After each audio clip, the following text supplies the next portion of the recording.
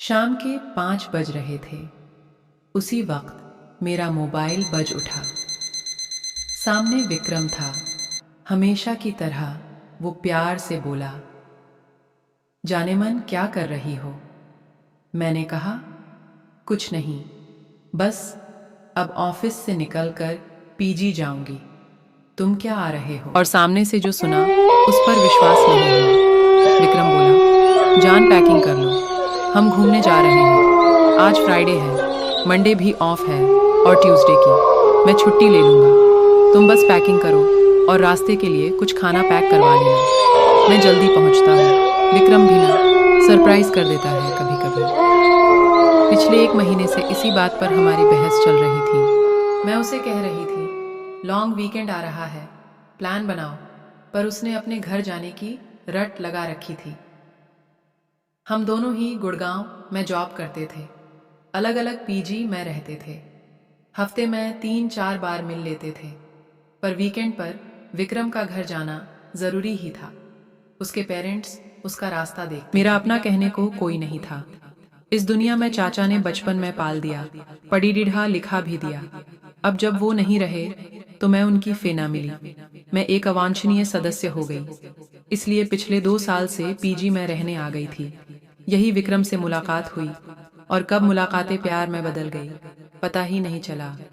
हम दोनों उम्र के 30 बसंत देख चुके थे।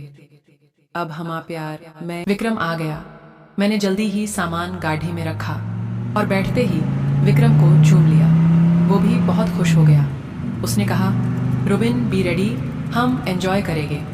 हम पूरी रात ड्राइव करते रहे और जब सुबह की पहली किरण उदित हुई तो हम उत्तराखंड के एक छोटे से हिल स्टेशन पर पहुंच चुके थे। वहां हमने थोड़ा घूम घाम कर देखा।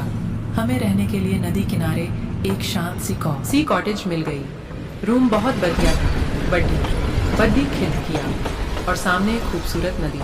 विक्रम जानता था मुझे क्या पसंद है। हमने जल्दी से फ्रेश होकर पहले अपनी नींद पूरी करने का प्लान बनाया, पर बिस्तर पर आते ही वो रोमांटिक मूड में आ गया और फिर जो नींद आई। मेरी आंख 3 बजे के लगभग खुली। विक्रम अभी भी सो रहा था। मैंने उठकर कपड़े पहने और खाने के लिए कुछ जैसे कोई गुनगुना रहा हो। मैंने दरवाजा खोला तो लॉबी के आखिरी हिस्से में बड्ढी सी खिड़की पर एक लड़की अपना सर टिकाए खोई हुई सी गुनगुना रही थी। उसकी पीठ मेरी ओर थी और उसके बाल घुंघराले बिखरे हुए स्याह काले। मुझे लगा यहाँ कोई और भी है। चलो, अच्छा है साथ में कोई अपनी उम्र का है। ट्रैकिंग मजा आएगा। तभी विक्रम ने मुझे आवाज दी, जान कहां गई?